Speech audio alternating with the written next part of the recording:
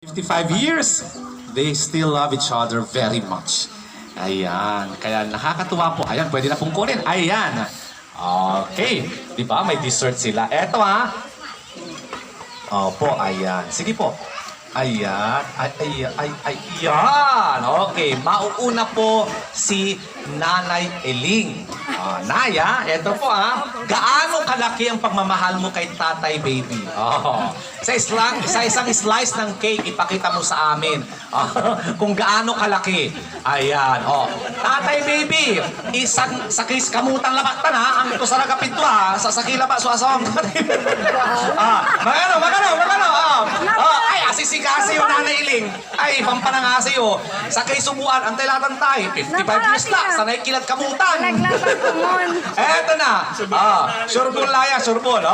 Unang subo mga kaibigan. Palakpakan naman dyan ang ating